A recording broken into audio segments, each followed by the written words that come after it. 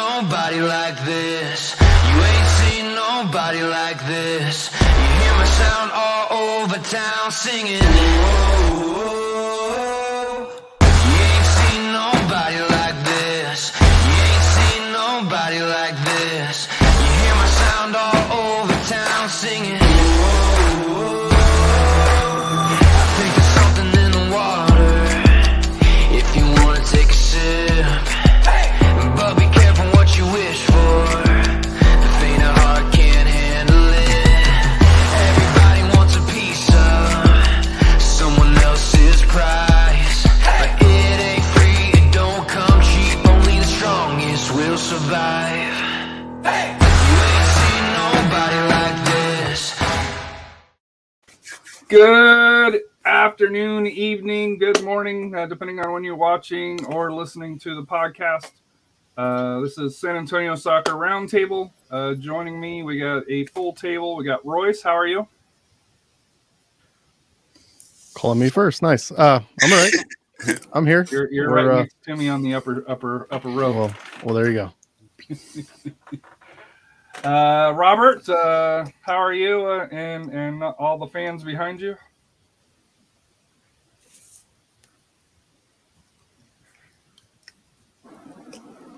Can you hear us, Robert?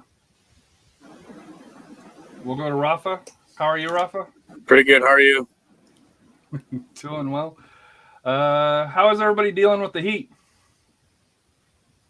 I'm used to it. When you come from the border, you're used to it. There's nothing more you can do. Just chug a lot of water.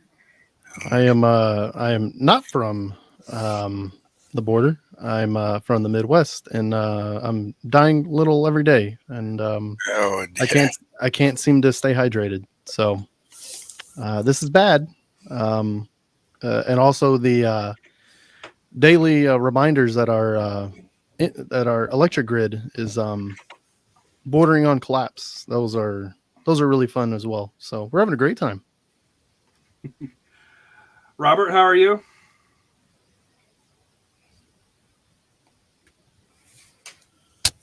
And I don't know. I can't see Harry, so let me reboot real quick. Okay. Well, Robert's doing okay, or he was up until the show started, and then all of a sudden, He's just a spinning. Nice. Yeah, we can hear it. Well, there you go. So I guess he's going to reboot.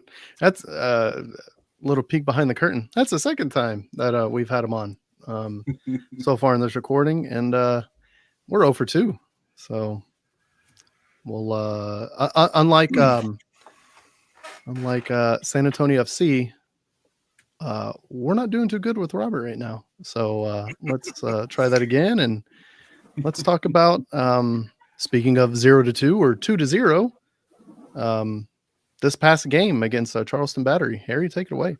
Well, let's start out with the first one before that, which was Tulsa. We didn't cover Tulsa, which was a 2-1 match. For that here, and we got the video all queued up here and ready to roll. The second most games at an opponent's venue without a victory. Tulsa at San Antonio. Here we go. Lightning delayed us, but it couldn't stop us. San Antonio FC hosting FC Tulsa. Former head coach Mike Watts with the facts there. Wow.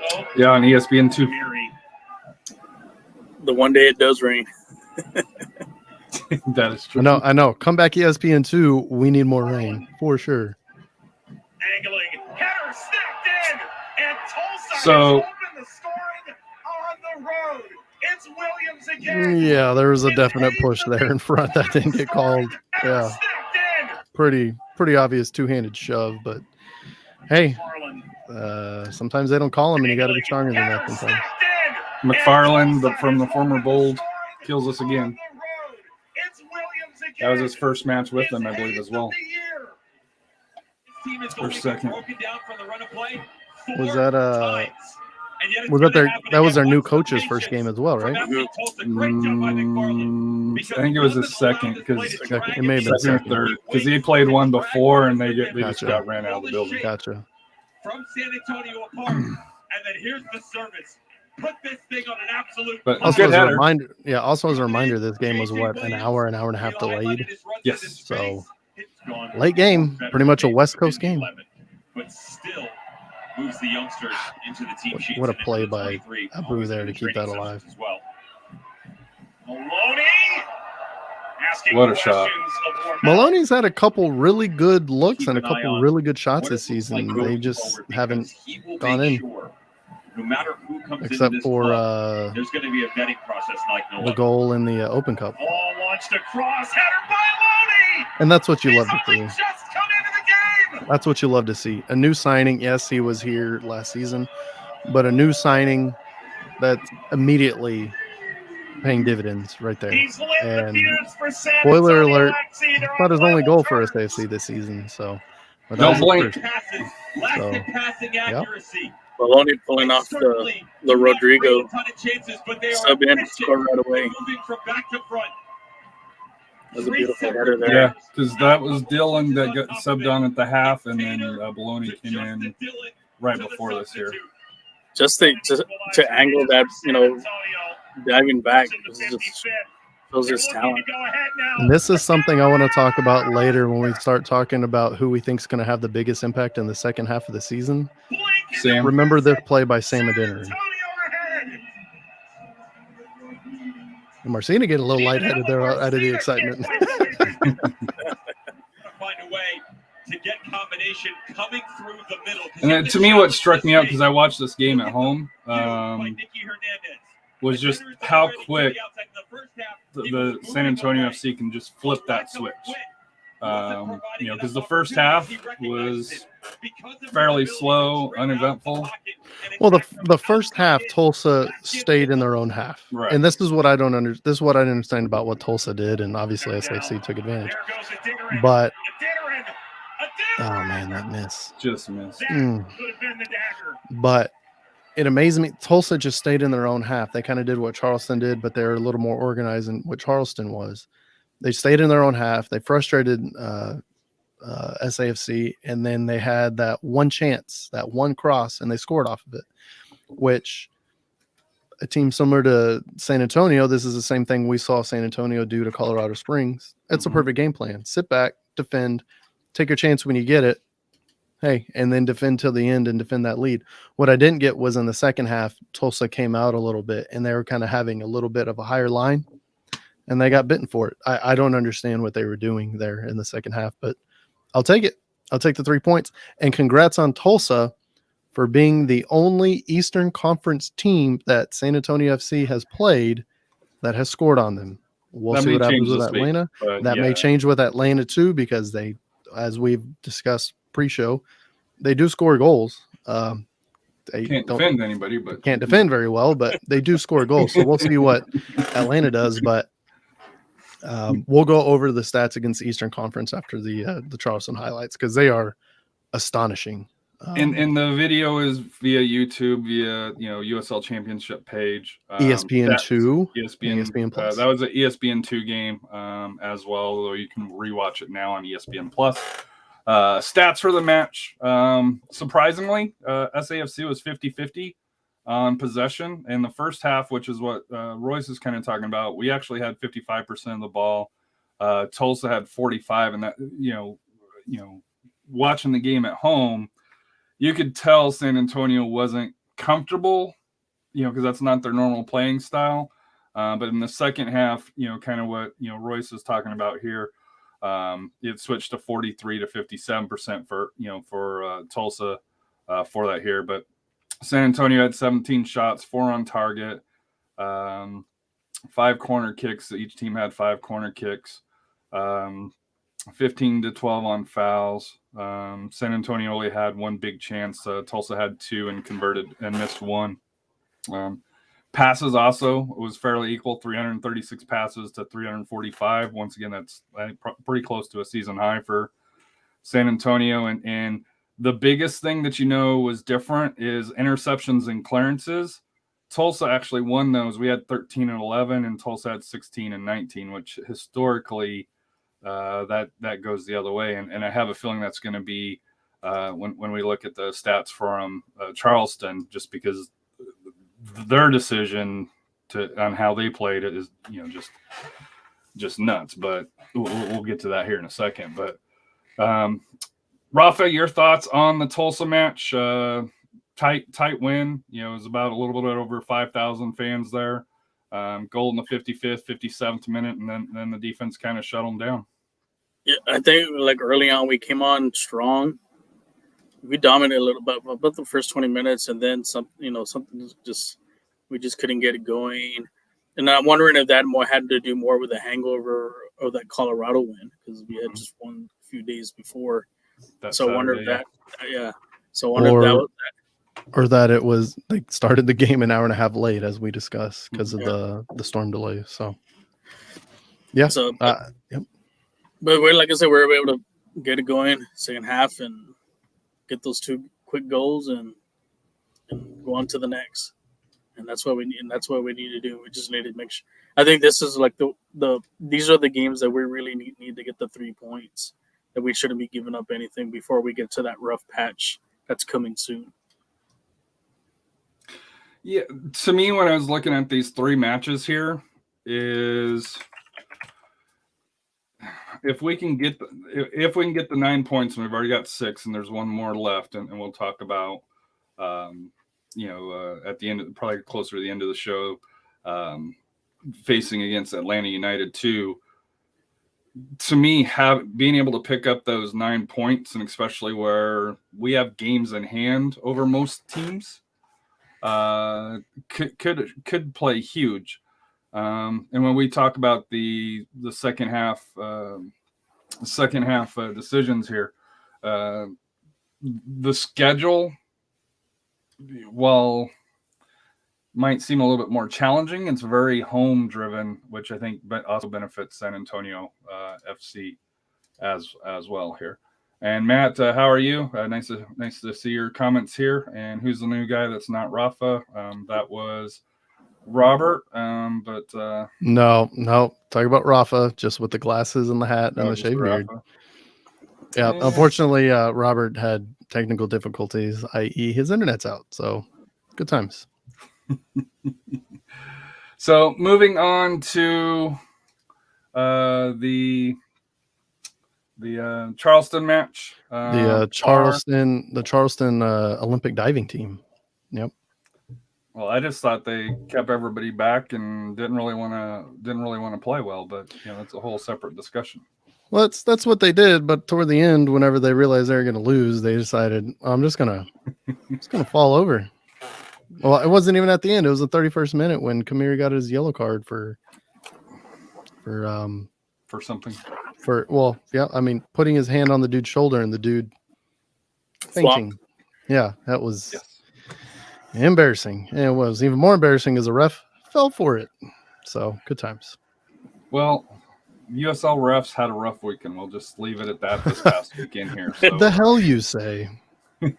So, at least he didn't get a red card, so we should just be happy. Fair.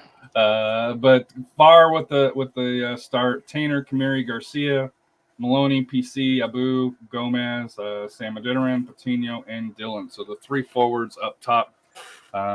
Your guys' thoughts on having 3 forwards starting up top? I guess this is the dream lineup. This is the attacking lineup.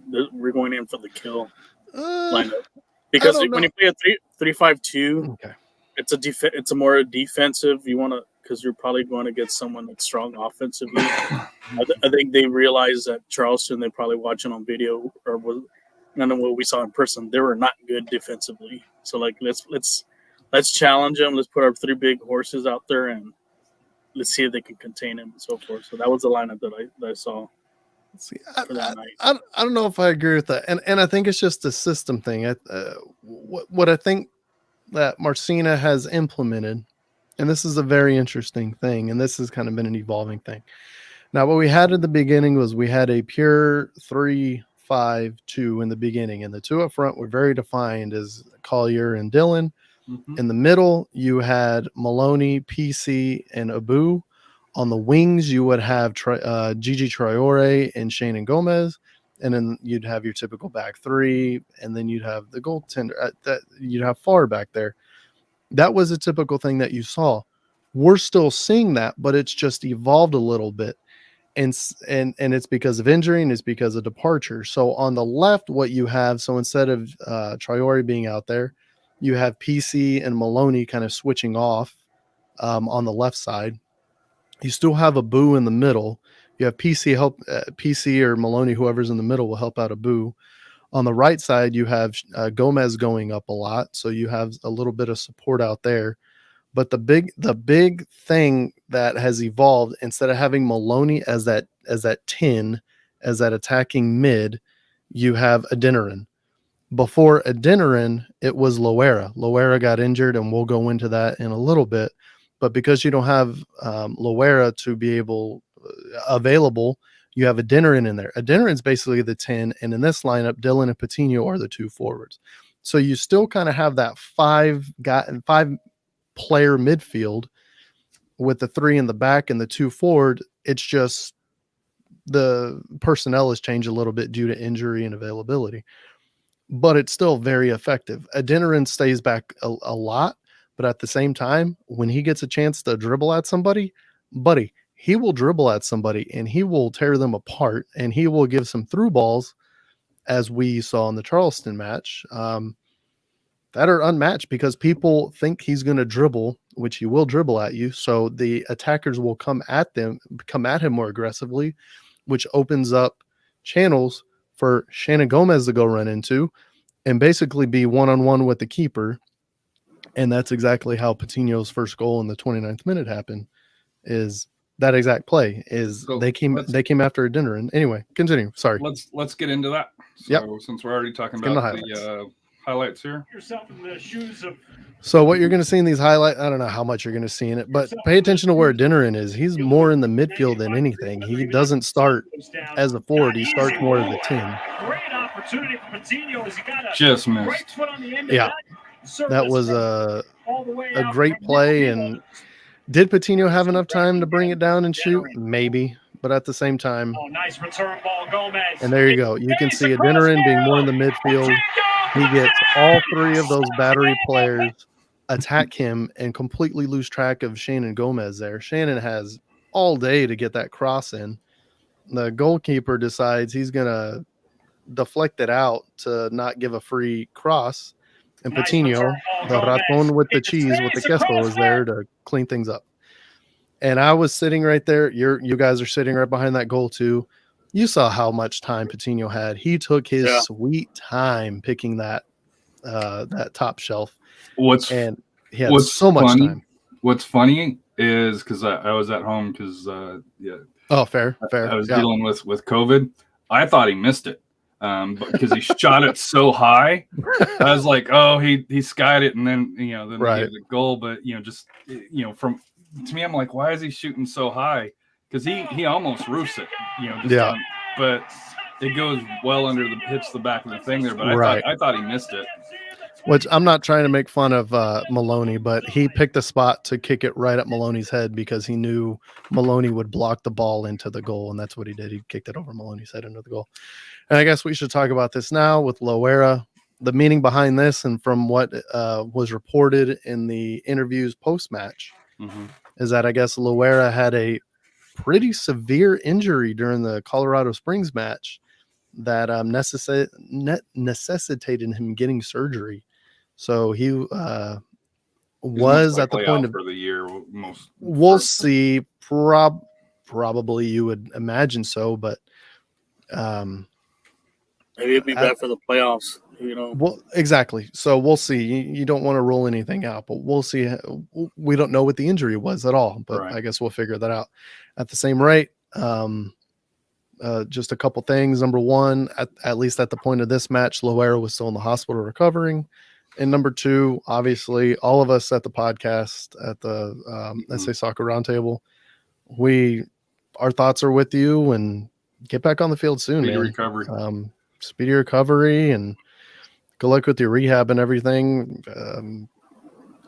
It's best wishes on that. We'll cover the injuries as well, but he's had a rough year. He missed time between April 2nd to May 7 due to injuries.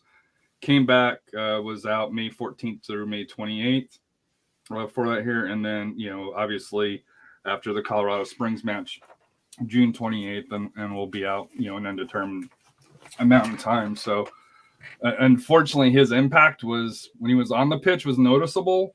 Remember that game against Los Dos?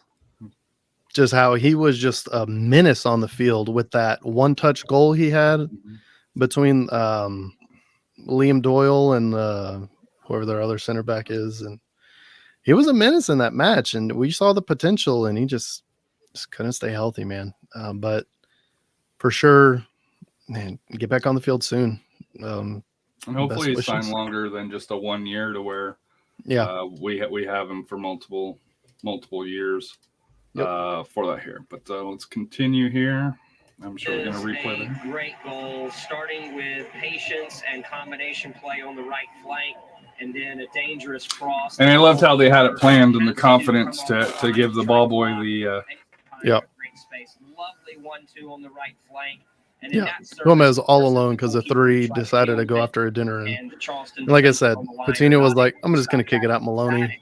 There's no defender there. My guy's there. He'll get out of the way. And he did. So here's a question here, because Shannon Gomez went on international duty.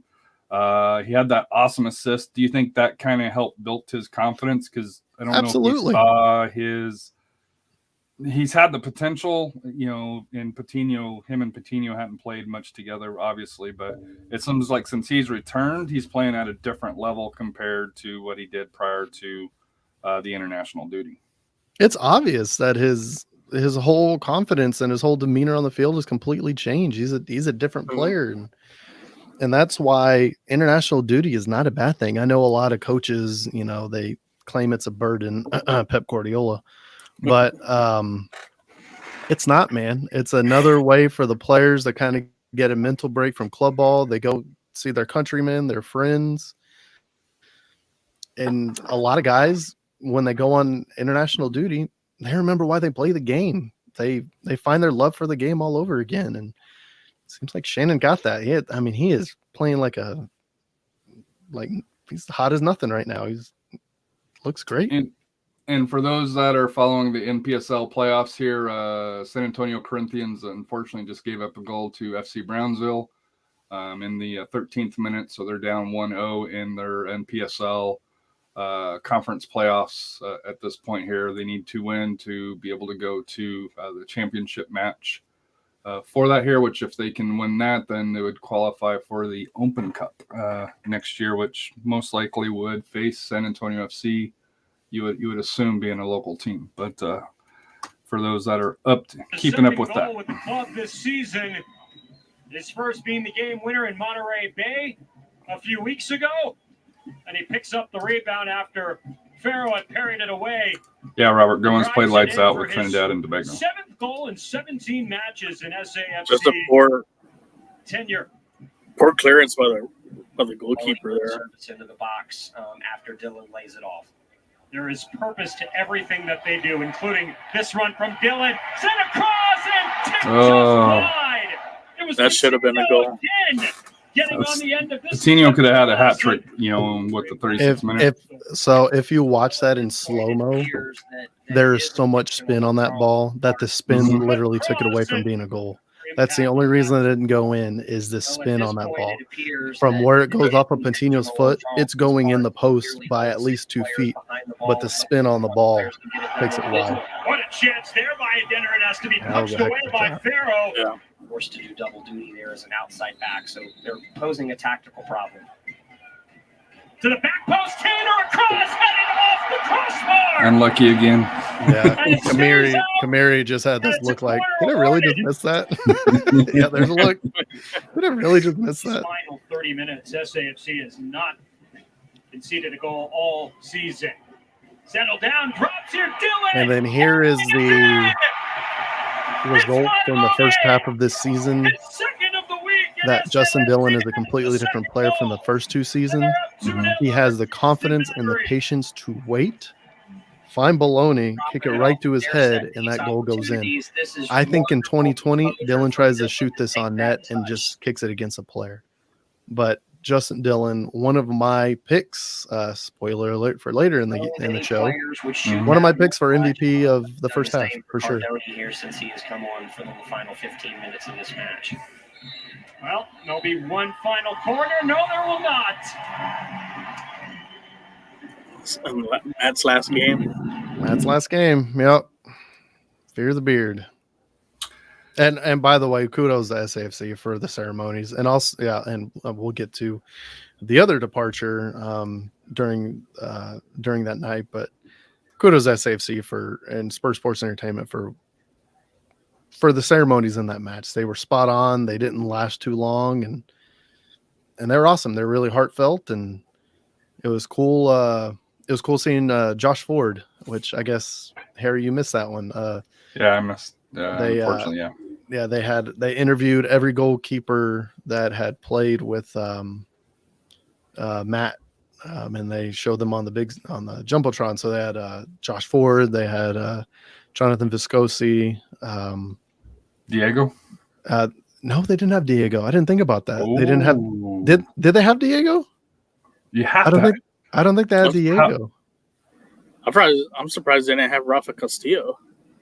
He's not a goalkeeper. Not a goal. They just had goalkeepers. But as far as being if you're going Josh Ford, how do you not?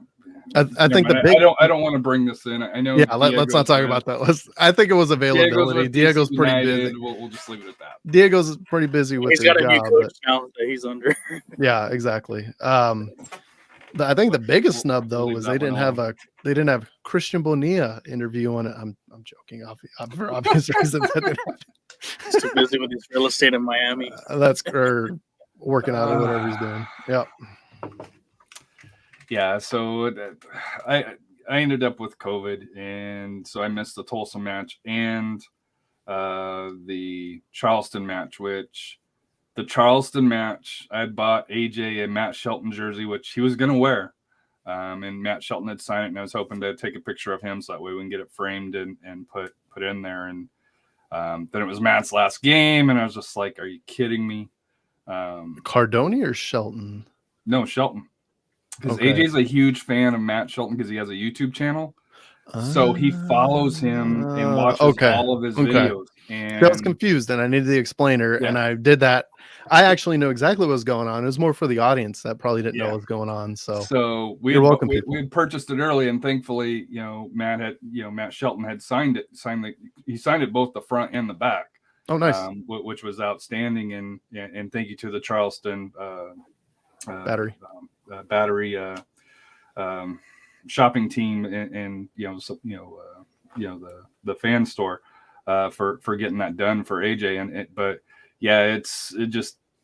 It was one of those things as far as the matches to miss. It was it was AJ's birthday match that we ended up missing, and he was pretty cool about it. It was like, look, we can't go because everybody's got COVID, so we got to do the right thing. But yeah, the one match to miss, and it ended up being through here. I won't lie to you. I shed a tear when the game was over. Just seeing I don't know if there was a dry eye in the whole stadium, including mine. It was great, including celebrations and including Matt after the coolers. When Matt came on and got the armband from PC, especially after the interview with how important that first time that PC went off due to injury. I want to say it was last year, I believe it was, and gave him the arm, and it was tough for me just missing Matt's last match because I've been there since he's been there from the start and Scorpion days. From the Scorpions to this last match, he's always been there, and you can argue, I guess to me and I'll ask this question to you guys: should Matt have started this last match? I know he came on at the end, but a lot of fans are saying they should have had him start against Charleston. Especially how even though he comes on, he gets rewarded for the stats and the shutout, one last time. Right. But do you think that they should have started him, or doing how they did it was the right way for Matt to go out? I'm gonna leave that to you, Rafa. You're more of the. I think there's different ways you can do it because I've seen some they'll start and then they get subbed out at halftime. I think this is the way SAFC presented it and did it. As far as I guess doing the honors and so forth, that I think that takes more precedent than him going into the game and so forth. Like I said, I think they want to make sure we got the win. That's the most important thing right now. And I mean he could have started because Charleston was not that good of a team. But at least he came on and he got. But he didn't come on until they got that second goal. Yeah. If what happens, and I know it's a what ifs. What happens if San Antonio doesn't grab that second goal? They should have had 3 goals in the first half, at least. 4 goals. But he gets subbed in during injury time. I mean, I don't fans might not like that, but that's what would have happened, though. Yeah, it's because they were gonna play him. It was just a matter of when. Looking at the stats here before we get too far. Real quick, I guess my reaction. I think they did exactly what they needed to do. You didn't want to have match retirement distract from the whole match. If you would have started him and say took him out in the 37th minute, fitting. It would have distracted from the whole match. It would have killed the momentum. People would have been emotional. Instead, they went out there. They played the first 75, 80 minutes of the match to win the match. And then after that, it was, hey, which it did 2 things. Number one, it gave Matt another standing ovation as he went on the field. Everybody was excited. Everybody showed their appreciation.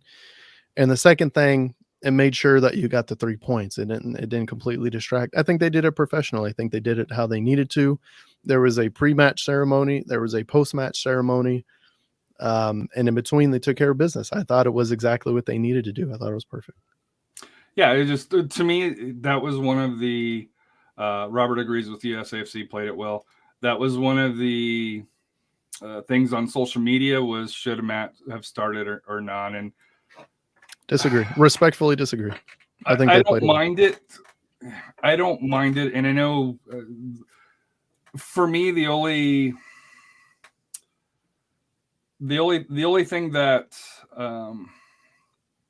I understand why. The only reason why I kind of give caution to it is, and I know Jordan Farr doesn't give a crap about this, but the if he's in a close match, for was it the Golden Glove or along those lines, that shutout goes to Cardoni, which is fine. I have no problem with it.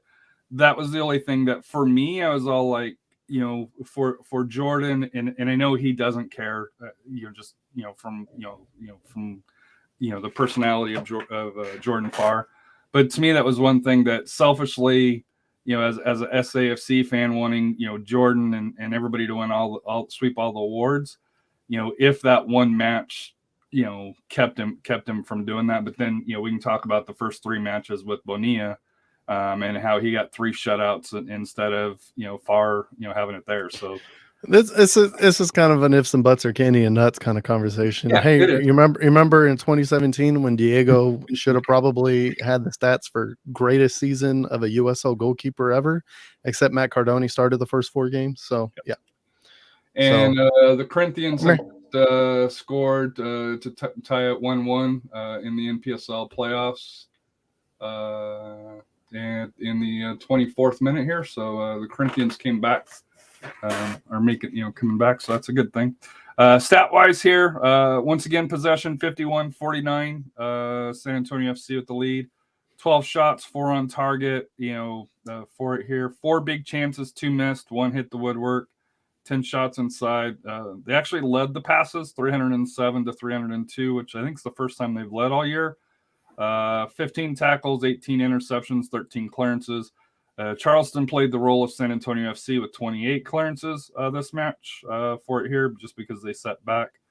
To be fair, Charleston sat back a lot, but really their only outlet was Williams the whole match, and he got so frustrated because they played. He had no support.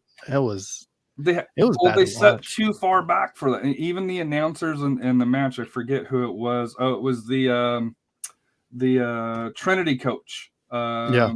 That made the comment that they were sitting too far back, that the midfield couldn't connect with the forwards to be able to string it on against an elite defense like San Antonio FC.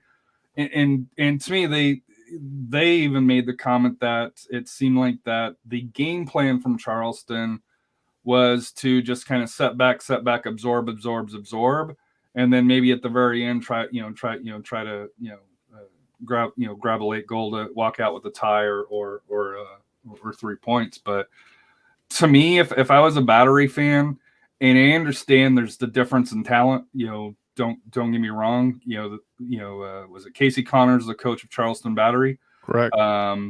He knows his team better than I do, obviously.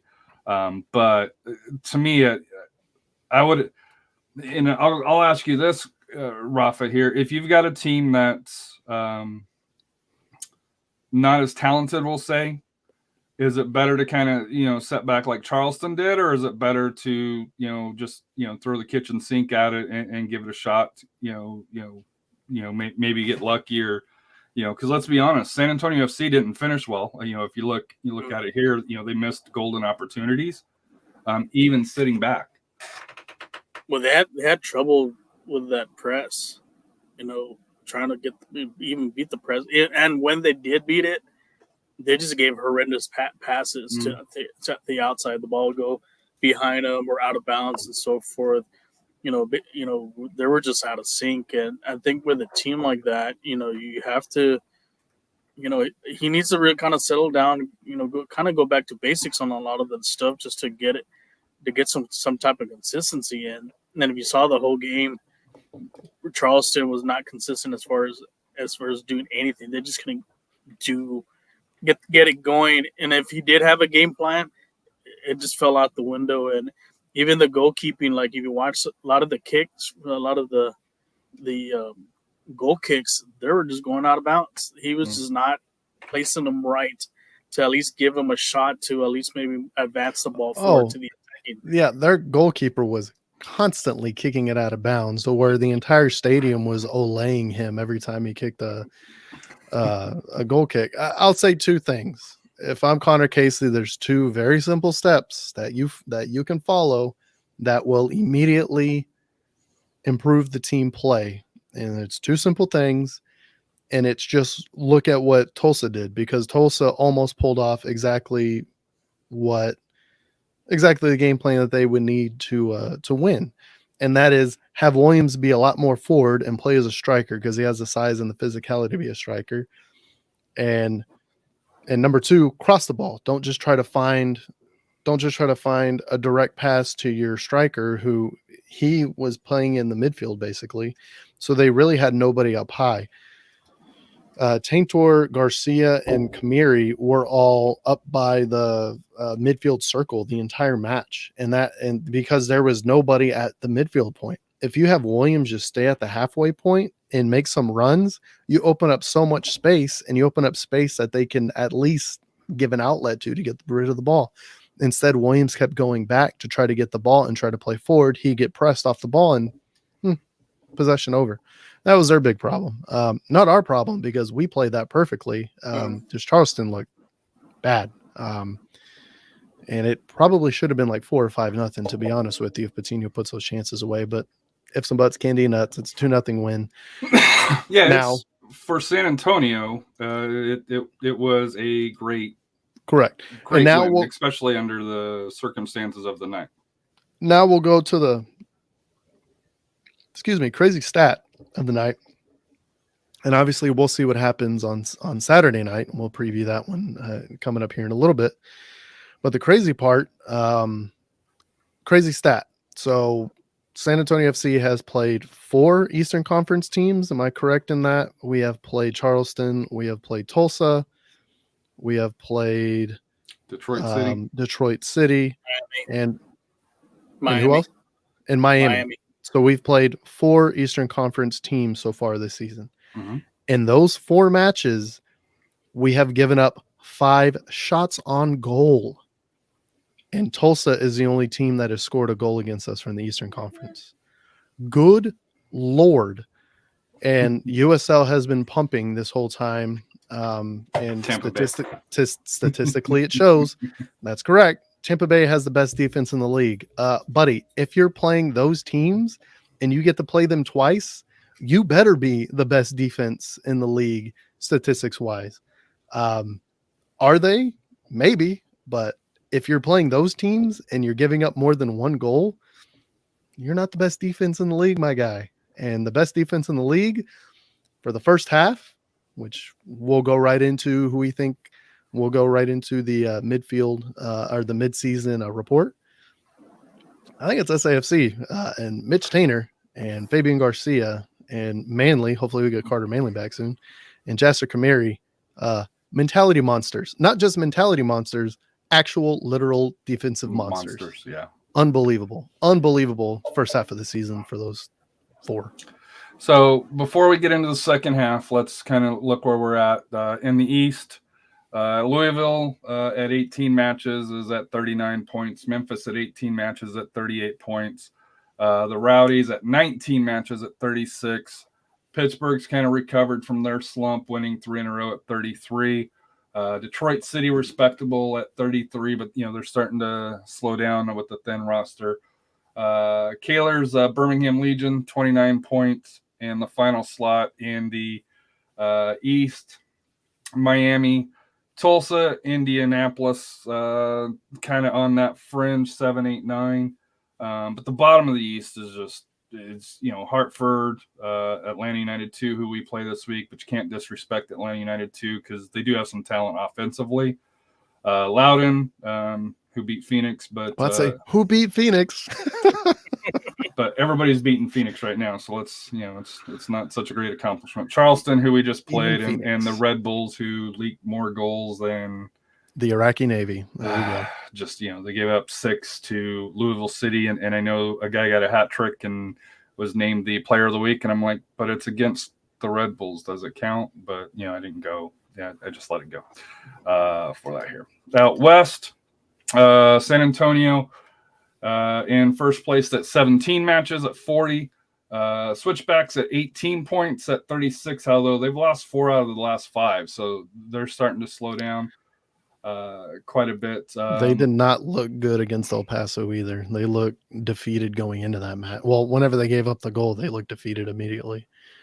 Yeah, they've had a heck of a schedule. So they played us on the 24th at home, played Tuesday just like us did on the road, lost 2-0 at Hartford, came home, beat Sacramento on 3-0 on the first, which Sacramento's a whole different story.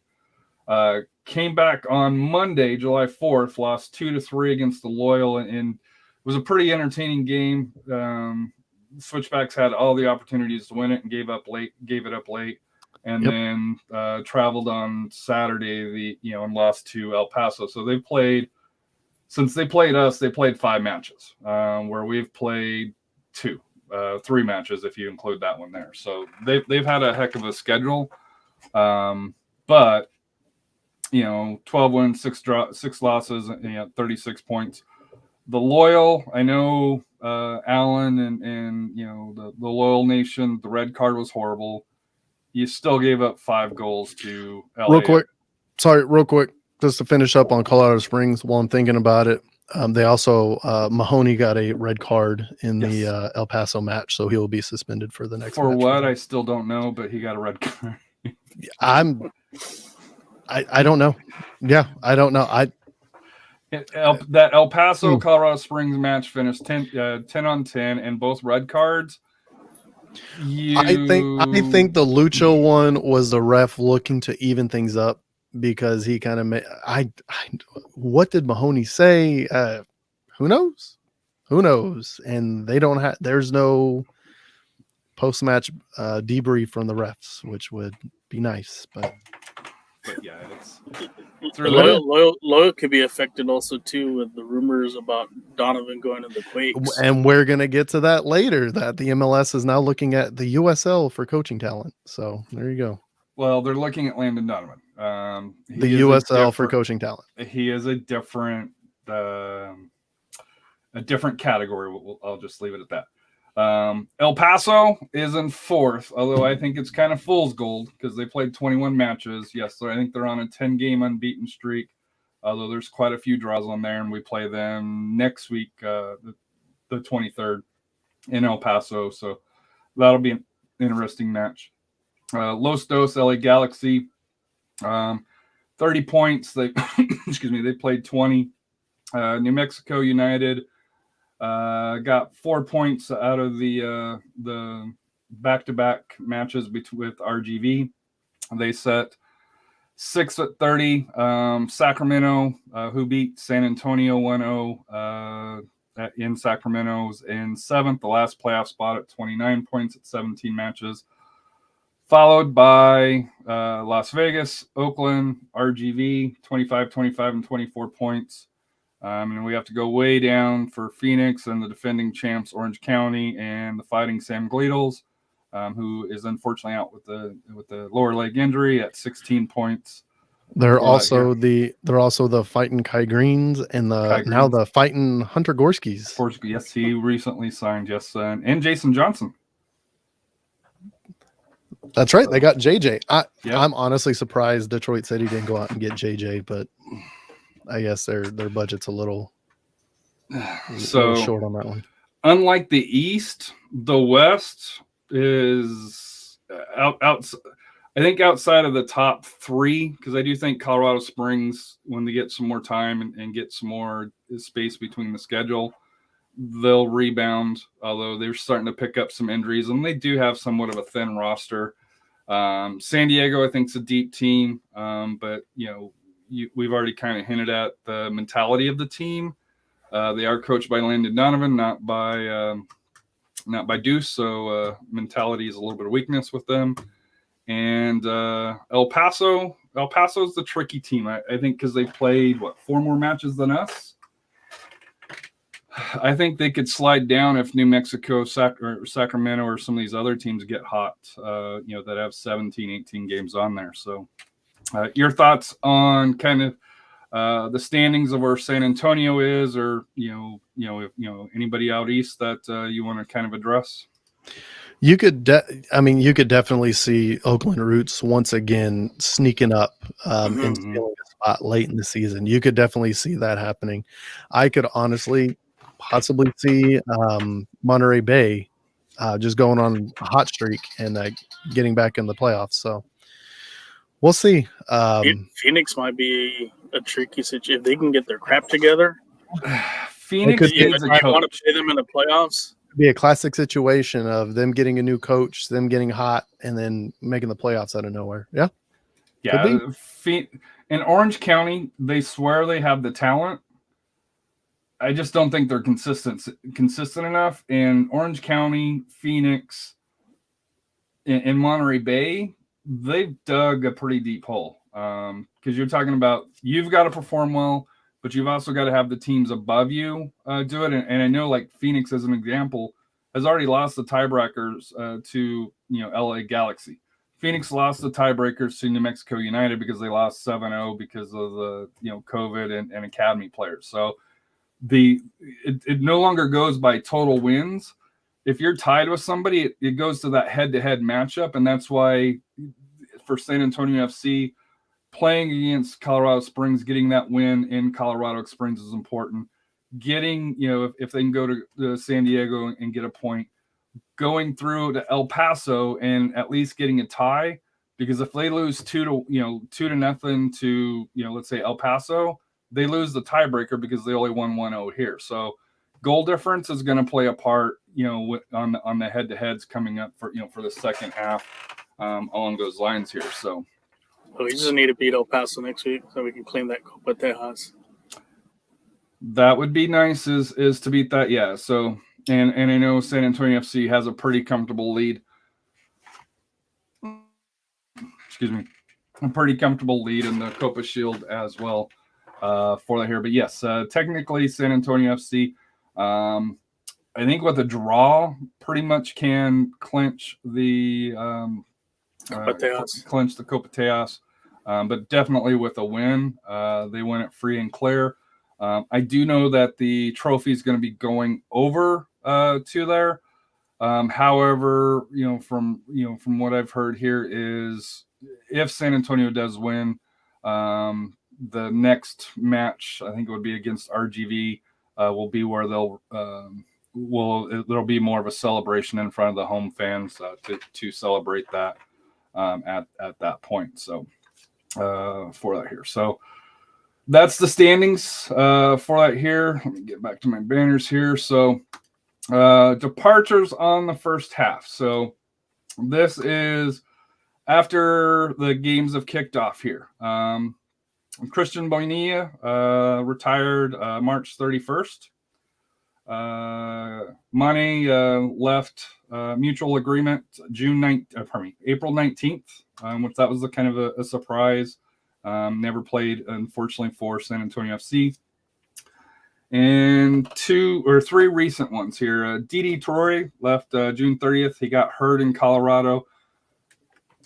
I was at the match, and it had kind of and I know not exactly the same, but it had kind of a Chris Tierpak feel where he came off. He was extremely upset and just wasn't responding well with the other players and staff from San Antonio FC. And, I don't know if it was just frustration because he has had some injuries, for it here, but at the match, it just felt different. And I know it may not have shown on the TV or anything along those lines. And then it was announced shortly after that he had a mutual agreement to leave. And I think, Royce, you have some comments on Didi and a life event in his life. Yeah, whatever happened between the team, I mean, whatever happened in general, who knows? Sucks. He was really good when he was on our team, and he kind of dominated. But it is what it is. I mean, there's a family side and there's a business side, and that was the business side. But speaking of the family side, congrats, Gigi, for getting married, man. Awesome. That's a big life event, and that's huge. But at the same rate, sucks to see you go, dude. Would have been cool to have you join us for this run we have for the second half. But either way, congrats. And USL just announced the Santa Barbara Sky Football Club that'll be coming to USL League One in 2024. Reach for the sky. So sounds like a USFL team. Branding. So, nothing about level of en route or whatever. No, not at this point here. So, but another West Coast California League One team, which is a good thing, especially with Spokane coming aboard most likely. I think around that same time frame, depending on the stadium. So for League One, that's a great addition for that here. Robert, California. We need California teams, for West Coast. That's true. Plus, let's be honest with you, we need them to beat in the playoffs. Who wouldn't want to go to Santa Barbara right now? It's nice there. 100%. Yep.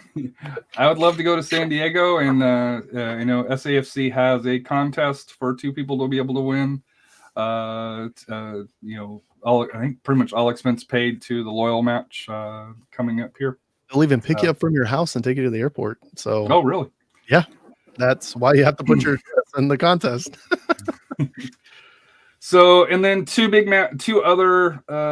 I'll do Coach Ryan Rochandel was announced I believe it was announced at the match that he was leaving. Correct. I didn't hear about it till afterwards here. He had been a player with San Antonio FC from 2016 to 2018, 2019, and then was on the staff for 4 years with the academy team. Had a huge impact with the academy. The one goal he scored is probably one of the more famous goals in San Antonio FC history, because the academy team happened to be there and he went and celebrated through there. So, Rafa Royce, your thoughts on Coach Ryan departing? It was a goal that clinched the playoffs, the first ever playoff appearance for SAFC. So, as well, yes.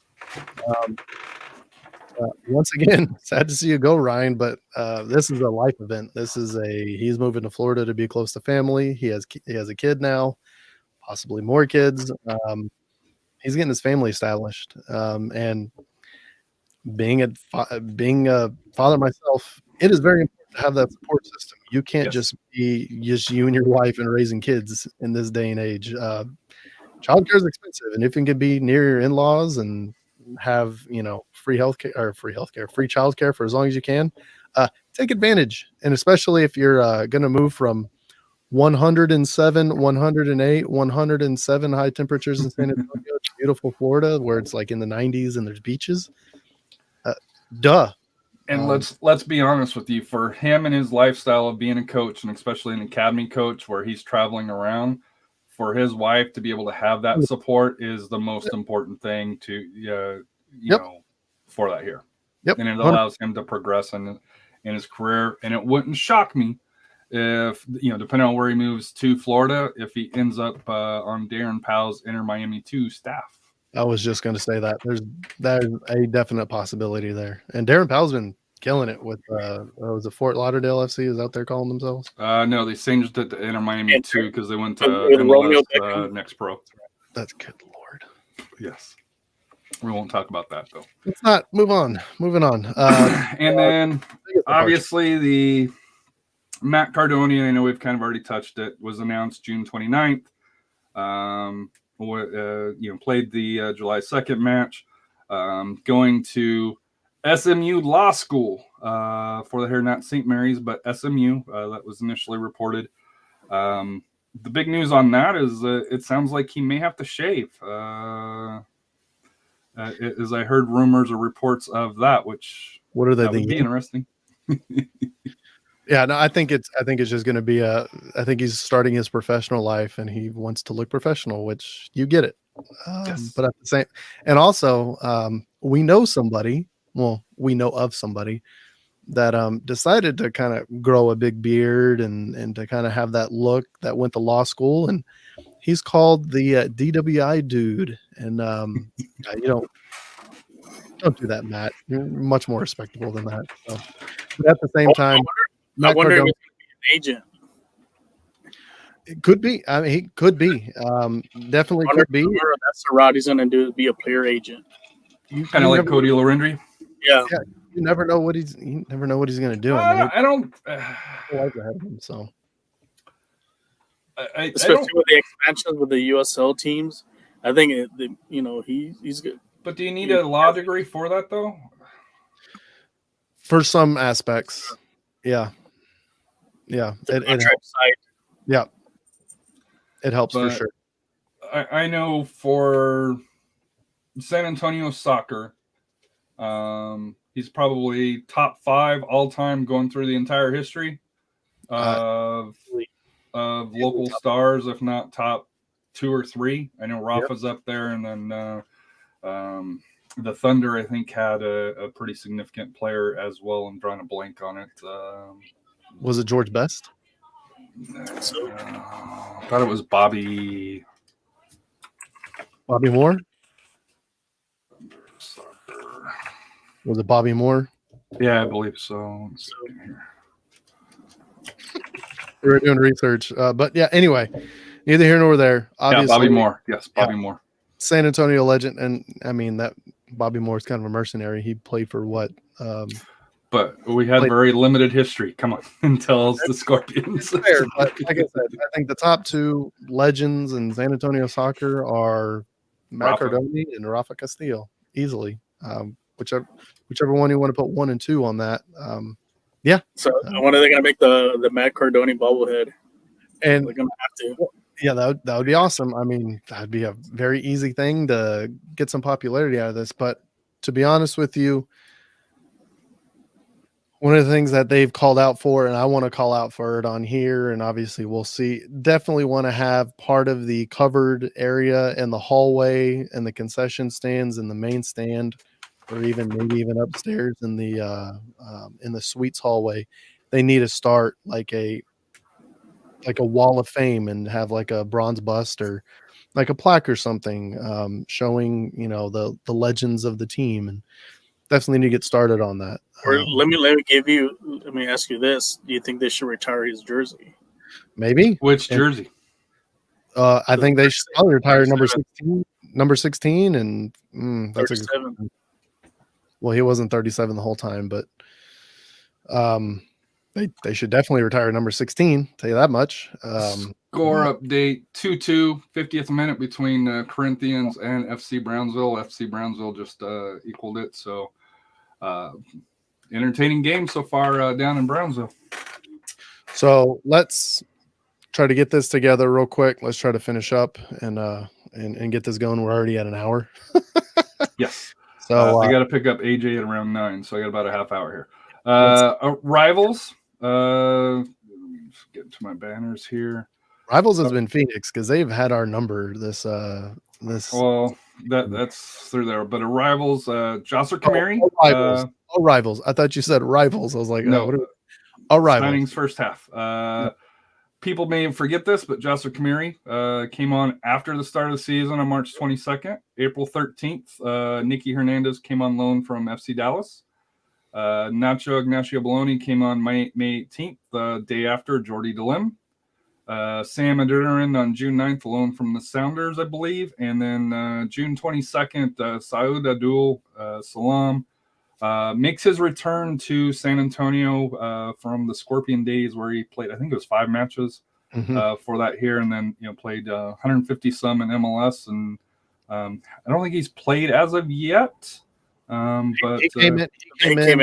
Oh, he came in. Sub during the last match against Charleston. So Rivals, any of them stand out for you? Like I said here, I know Nacho's kind of warmed up, picked up where he left off with 2 goals. Yeah, 2 goals already. Crazy. Royce is, we'll talk about here in a second. Sam Adeniran, Royce is thinking here. Nicky Hernandez, I like. A lot. Yeah. Now that Lorero's out, he's really going to have to kind of carry the load. Yep. And so was Adeniran, but we'll get to that in a little bit. So, any thoughts on the arrivals? Let's turn the arrivals real quick into, do we need more arrivals, i.e., who's going to be the backup goaltender? Got to sign somebody. You have to. So are we going to sign somebody? Is it going to be Jude? Is it going to be who we training Carlos? You can't. I don't think you can have Jude as a backup goalkeeper. Okay. And that's nothing against him, but he's not ready yet. I don't think he's a USL Championship caliber. Okay. If we were League One, I think you could maybe get away with it, but I don't think that you can take that chance. To me, it has to be Carlos. He knows the system. Yep. He's comfortable with it. We've seen him in pictures, so he's been around the team. Yep. It has to be him, in my opinion. Well, guess what I'm going to do on Friday? I'm going to wear my signing socks, and I'll see if we announce the signing on Friday because I have a thought. I got to announce somebody because on the roster on the SAFC page, they only have 1 goalie on there, which is crazy to think because at the start of the season we had 3, and we were like, we have 3 starting goalkeepers. Remember other people not named Royce on this podcast saying, "Why do we have 3 goalkeepers? We have so many goalkeepers." You didn't think 2 retirements were coming, buddy. I didn't think 2 retirements were coming. I knew 1 was coming. I knew this was probably going to be Matt's last ride. Yes, but and I thought it would be Bonilla and Farr. But you definitely need more than just the 2, and 3 I get. And guess what? You only got 1. So, and please don't get hurt, Jordan. I think if they do sign someone, they may go with experience. I think you also sign Ricardo too. I think you make him. If you go with experience, you have him as Ricardo if he does get signed as a number 3. And we'll see who's available. That'll be the big thing. We'll see who's available. There were some transactions I did see some, like I think Tampa. I think they got a keeper on loan. Well, Tampa loaned a goalkeeper to Ford Madison and then grabbed the goalkeeper from Ford Madison back. So they kind of had going each way. Here's my question to you. Deshane Beckford, what's his role with the team? Because if there's a team in the second half, and prior to finding out that David Lorera was hurt, I was wondering if Deshane was going to be finishing with the team if they were going to part ways because his minutes were getting a little bit less. No. How do you see I him fitting in the second half? Can easily answer this question because this is what he's been deployed as the entire time. He is not a player that's going to come into a team that is bunkering. And that's all we've seen so far. The same thing with Atlanta United. We're going to see another bunkering team. He's not going to get deployed against there. His main weapon is speed. So what he is going to be is he is going to be a counterattacker. So whenever we play teams that are more possession heavy, that are going to come after us, you'll see Deshane be deployed as either that second striker or that 10, and he is just going to wreak havoc and just be just a flash of lightning up and down, and that's what he's going to be. But he is probably not going to play against a bunkered team like a Tulsa or a Charleston or an Atlanta. This is just a stretch of 3 teams that play very similarly. Unless we're chasing a goal, you might see him come in and change the game with some speed, which he did against was it Monterey that he came in against? So that's where you'll see him come in, is if we're chasing a goal or if we need some speed to really spread the field against a team that wants to possess the ball against us and try to be on the front foot. That's where you'll see him. And he is a very important player to this team in that capacity. But the last couple games and the next game probably won't be used much. We did want to touch base on the injuries because that has also been a story of the first half. Absolutely, which is an eternal storyline for SAFC. Holy crap, look at all the injuries. Patino is out, has missed 11 games, and even though he's returned, has only played 45 minutes in the games that he's came back. Carter Manley's missed 9 games and counting. David Larrera's at 9 games and counting. Elliot Collier has missed 6 games at this point and counting because he hasn't came back yet. Diaf missed 6 games. Torrey missed 4 games, although he's gone. Jordy DeLims missed 4 games since he's came in, for that here. Beckford PC's missed 2. Cardoni, Kamiri, Hernandez, Abu, and Dylan have all missed 1 game due to injuries. So, I think the running joke is, and I don't know if they've had a single lineup that's started the same game in 17 matches now. I know it's kind of... Huh? I don't know if they have either, because on my phone I will save the lineups and I'll do them in a little tactical view. Mm-hmm. They're all different. They're all different. Like I don't have them on the media thing that we get, from SAFC communication team and Kevin. They've yet to have a consistent lineup going through, and yet they are leading the league through there, and that's the crazy thing. And I know USL Tactics John is mentioned in a tweet this week, going the depth of San Antonio FC, and especially when it comes to playoffs, the options that Coach Marcina has is something that will be something to look out for, just because most clubs don't have that same depth.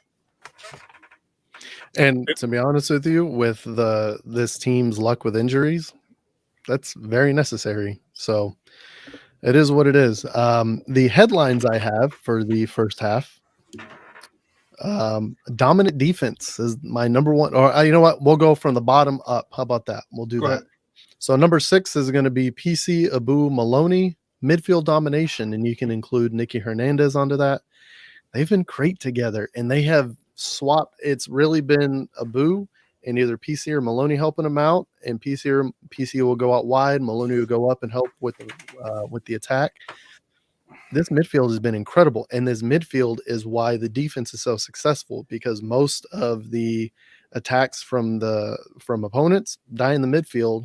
Ball goes over the midfield, and it's an easy cleanup or an easy clearance for the back line. So the back line success, Jordan Farr's success starts with the back line. The back line success starts with the midfield, and they've all worked together really well. Number 5, Maloney and Elliot Collier's fusion celebration that we saw early. I'm looking forward to seeing that again in the second half when Collier gets healthy again. That was very unexpected, because I think that happened in the first match, but fun, great. My third headline from the bottom, Justin Dillon and Elliot Collier, amazing pairing. Holy crap. Who could have seen that coming? Those Right. two just putting in goals left and right to begin the season. They were amazing. And two other candidates for MVPs of the first half. And I guess the next one would be Patino heating up. Patino finally healthy. Patino heating up, scoring goals. That is a very good premonition for the second half.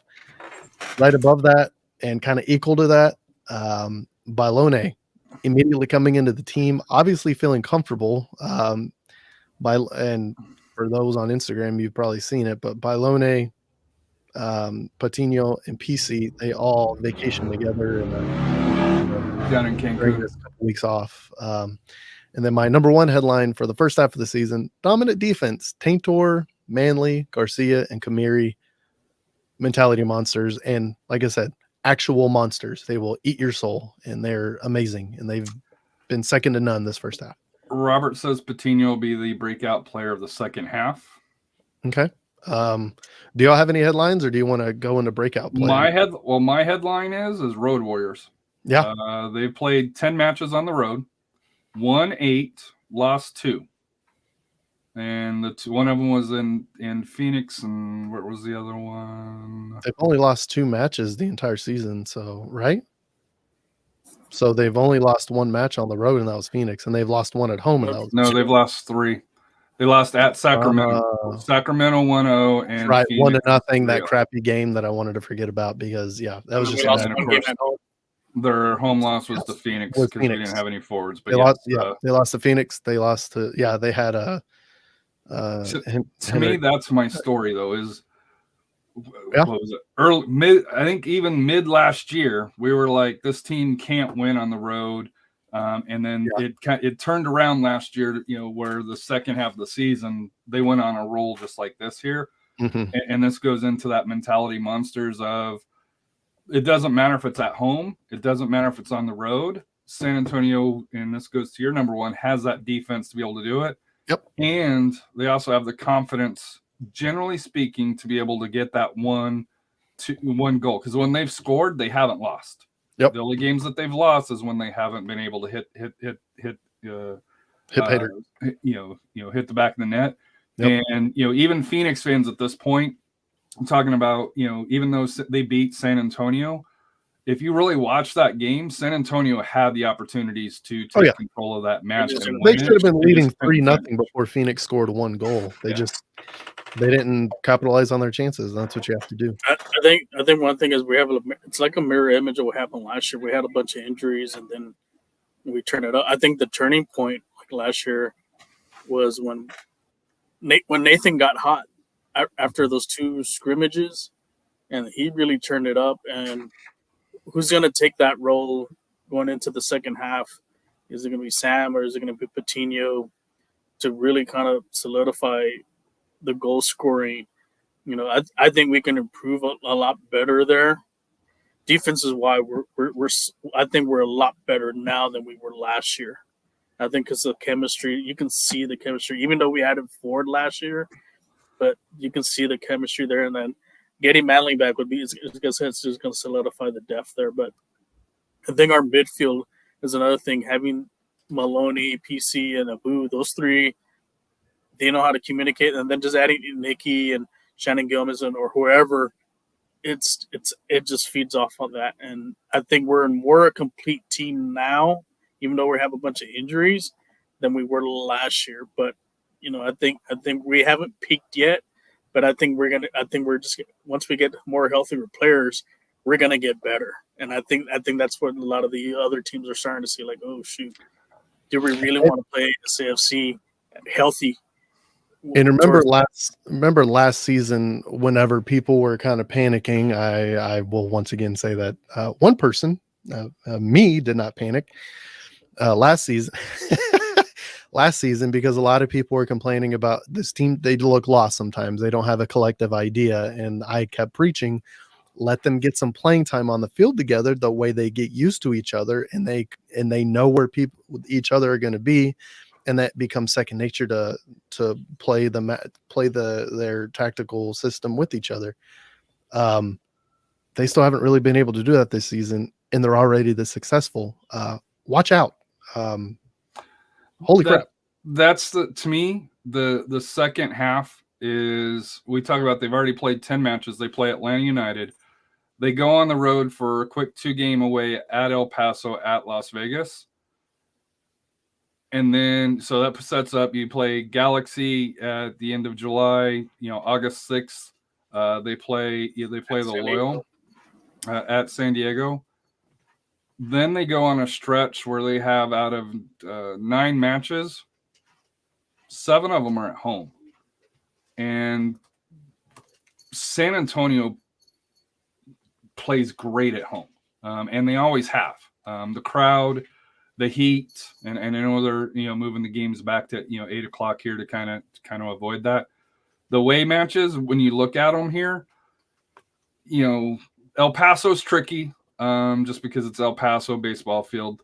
The lights, it depends on if LAFC's got Jennings and what's their other goal scorer? Danny Trejo. If they're on there, it's a lot tougher match. If they're not, San Diego Loyal, I think, is going to be a tough way match. But they play at Indy, at Oakland, at Pittsburgh, and at Birmingham, which is last two. At Pittsburgh and at Birmingham are last 2 and 3 games before the season. If they take care of the home matches before that, they may be able to do a rotation for that last road trip, to Pittsburgh and Birmingham, and then they come home and play Orange County for that here. So, to me, I think for the second half, as far as for things to look out for, to me, if they take care of business at home, there's no reason why this team can't have home field going through the playoffs, even though the bottom of the East is very weak. Your thoughts, Rafa, on the second half? Yeah, like I said, we got to get those points. We got to take care of business at home. I think we should get the 3 points at El Paso and at who's the other one? Vegas. Vegas. I think the team, like the bottom end teams, you got to take care of it. Take care of business there. I know some of the tougher teams, maybe the East, like at Indy, at Pittsburgh, if we can come out with a tie, that's great. Maybe you'll sneak out a win. I think this is the opportunity. I think late July, early in August is going to determine if we can start pulling away. And also, I think the sooner we can get clinched the playoffs and also home field advantage, then we can kind of rest up some players a little bit and maybe been dinged up, and then use our depth to kind of rotate, towards the end, and be ready to go, going into the playoffs. Royce, your thoughts on it, and then we'll go into final thoughts on whatever you want it to be. Yeah, for sure. I just realized I'm going to be in Pittsburgh when SAFC is in Pittsburgh. Completely inadvertent. I need to do some research on that. October 1st, you're going to be in Pittsburgh? I'll be in Pittsburgh. We're going to the Steelers game the next day. My mom has been a Steelers fan her entire life. My grandpa, her dad was a huge Steelers fan. They're from Oil City, Pennsylvania. But my mom has never been to a home game for the Steelers. And so for her, she turned 60 this year. So my sister and I are taking her. Nice. And we're also, so I didn't realize that Saturday they were there in town. We're flying in Saturday, so maybe I can make the second half. We're going to the Steelers game. Adjust your flight, assuming flights are flying normal. Exactly. We'll see. I don't know what's going to happen. We'll see. But the day after, Monday, we're going to watch the Cardinals play at Pittsburgh. And that's going to be the last series that Yachty and Albert are. Nobody cares about the Cardinals, man. Except for Nolan Arenado. So anyway, just on the second half, I guess we'll go around the board real quick. Second half, we'll see how it goes. I think they may play a little bit better. They may see some headaches. A losing streak happens. You don't want to see it, but at the same time, they happen. It just depends on how they react to it. We're in the catbird seat right now as far as being in first place. So we'll see. Team's looking strong, and it's going to be tough to knock them down. At the same rate, let's go around real quick and let's give who our MVP pick is for the first half of the season and who we think is going to be the breakout player for the second half of the season. Now, my MVP, Mitch Tainer. I mean, I don't even think that's really difficult of a choice. There's a lot of players that have played really well. Like I said, Justin Dillon's been a revelation in the first half of this season. PC and Abu's kind of come down from how amazing he was at the end of last season, but he's still been consistently good. PC's been incredible. Maloney has been probably the best midfielder out of all three of them. But it's Tainer. And Garcia's been great too. Shout out to Garcia. Absolutely, he's been world-class, but Tainer's been the best player on the team. He's been incredible. He's incredible first half of the season. He's probably the MVP of the entire league, to be honest with you. Yes. My breakout player who I'm calling, that's going to be the big surprise that's going to open up a lot of eyes in the second half of the season, Sam Adeniran. And he is going to be playing that 10 spot a lot. He's going to be basically playing where Loera was playing, but he is going to suck in. He's going to get so many defenders on him. He's going to dribble out guys. He's going to pass. His assists are going to be high, and his goals are going to be high because he has a shot that is arguably harder than Bailone's. And if you remember the clip where Bailone shot against Cardona and hurt his hand, Adeniran has a harder shot than that. And he's going to have an incredible second half of the season, so watch out for that. Rafa, yours? As far as the first half MVP, it's got to be Tainer. He's been consistent. I think a close second would be Garcia. Collier, before the injuries, I think he could have brought it kind of like an honorable mention, but Tainer's been lights out. I think without him, who knows what this defense will be at. No disrespect to Kamari and and Garcia and even Manley too, but I think Tainer really anchors that defense, and they just have so much chemistry, and I think they're going to be the reason why they lead us to hopefully to the title.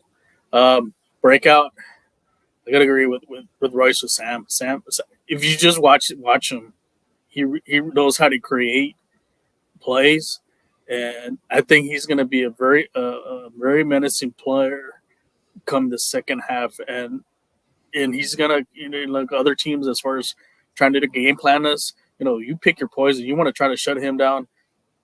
We got other guys that are going to make you pay. So, and I think there's him not being able to get double team. It's going to be the key. I think maybe an honorable mention might be even Nicky Hernandez. I think we need to watch out for him. I think he's playing really well. I know with the injuries, I know that RGV game he really gave him a lot of fit. So keep an eye on him too. He could be also a surprise. So Tainer, I think, is the obvious one. Through here, but I'm going to go a little bit different. And part of it's how he ended the year last year, and that's Justin Dillon.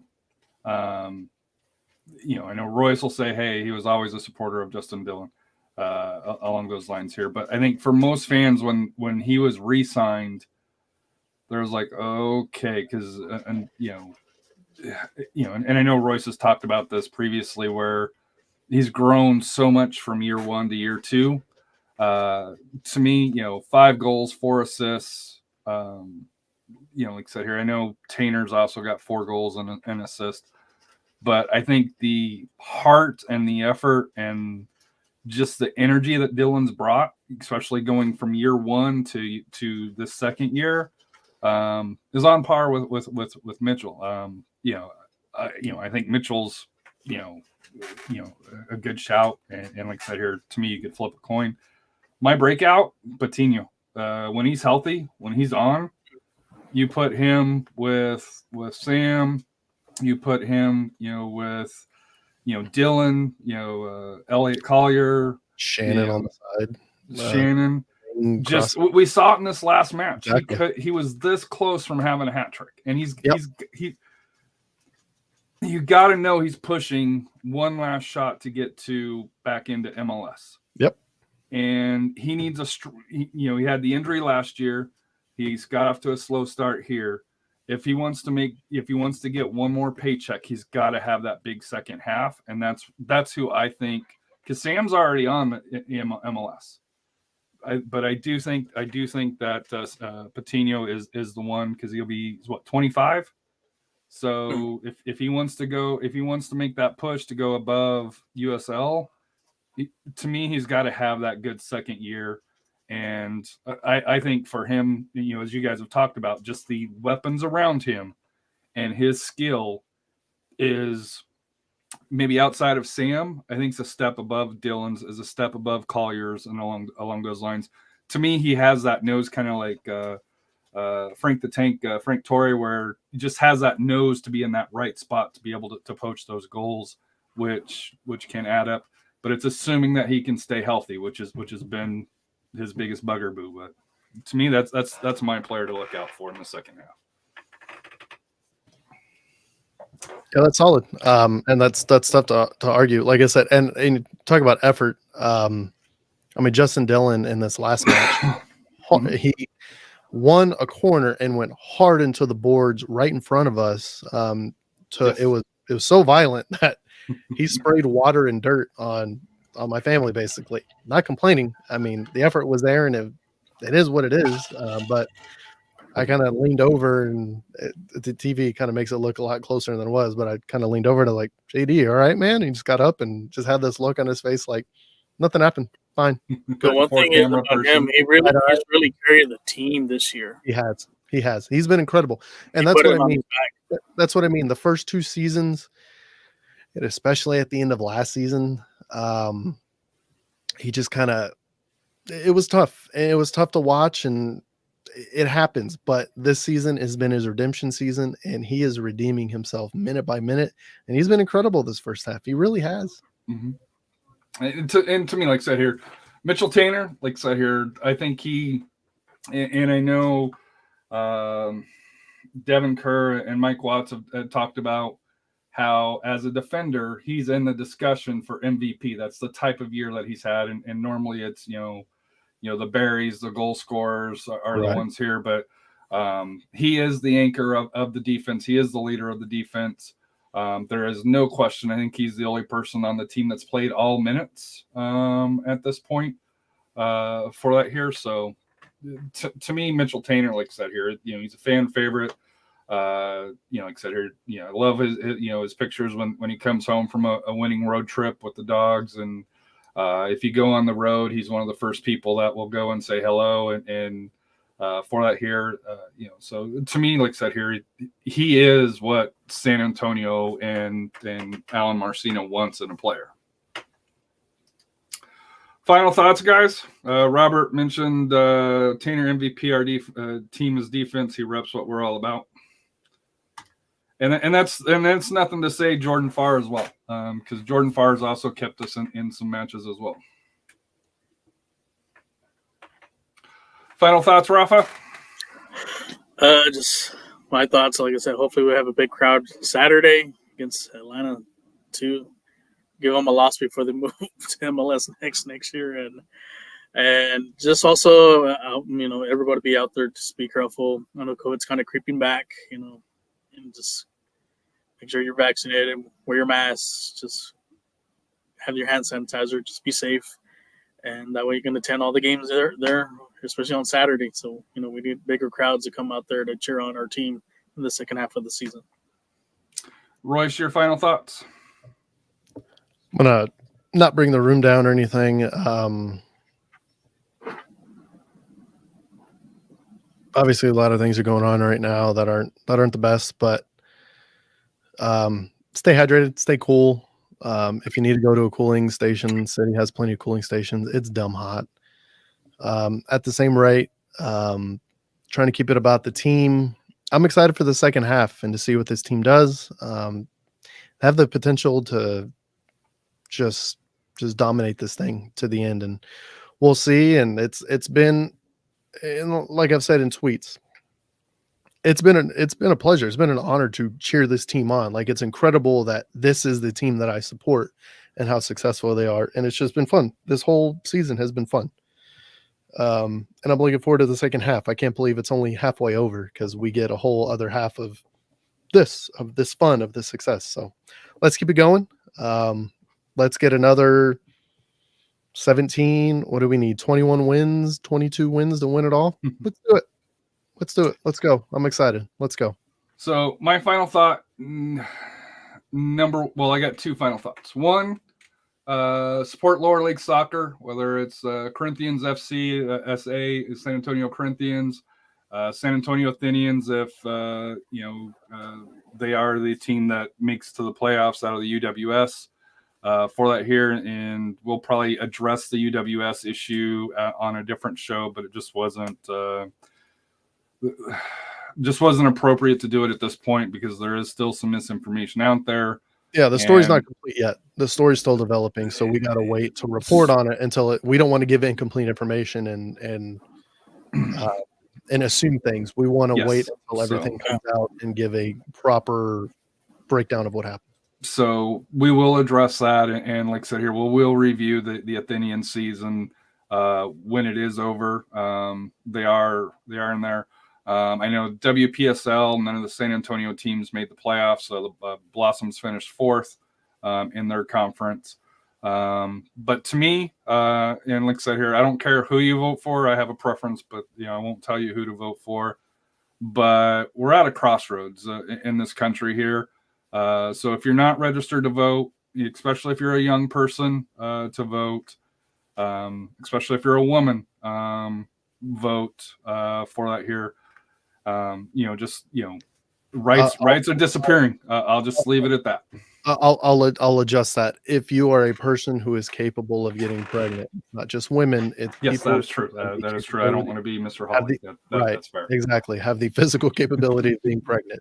Your rights are being taken away right now, and they're not stopping. If they will not stop, they will. They've already shown their cards that birth control and rights to marry whoever you want to marry are on the table. And like I said here, I am a small government person. What you do in your bedroom, who you marry, that should be your business. It shouldn't be the business of the government. It shouldn't be the business of the church down the street saying, hey, you have to follow these rules or don't follow these rules. So I know we're a soccer podcast, but life is important. And like I said here, just vote. Like I said here, there's good candidates on each side of it here, but like I said here, this is an important election coming up in November, and it will be a point that I'm going to be probably talking about until the election, just because it is that important. And like I said here, I do believe we need new leadership, both at the state, local, and national level on both sides, for it here as well. So this isn't just a Republican or a Democrat issue. To me, we need to change a lot of the current leaders at this point because they are not doing what we need to have done in society for us. So, but love you guys. I know we've got some new followers. Thank you. Royce, did you want something? Just waving by. That's it. It was a good show. I got to go pick up AJ. He did decide to go to Fiesta, Texas after all. So this one, the sun finally went down, which is a good call. I got to give my little Rugrat a bath. So he went to Fiesta, Texas, and then the family that he goes with it, which is two of his soccer friends, they go home to get pizza, then they go out and play basketball. So it's to me it's awesome because it's his day that he plays. It's what I did. I played outside all day, in the heat. Now it wasn't 110 degrees most, like it's been here. But to me, I think that's how you build those friendships of that carry on for life and, to get them through sports. But hope everybody has a wonderful evening. I'll get this downloaded tonight and probably upload it in the morning, if not tonight. Royce, Rafa, Robert, sorry, we got to work on your internet. Pay the hamsters a little bit more. Matt, hope you feel better. Like I said here, I just got over the COVID, so it's not fun, and it sucks to be able to miss games, but at least you're not missing Matt's last game. So, but what's life without goals? We are out of here.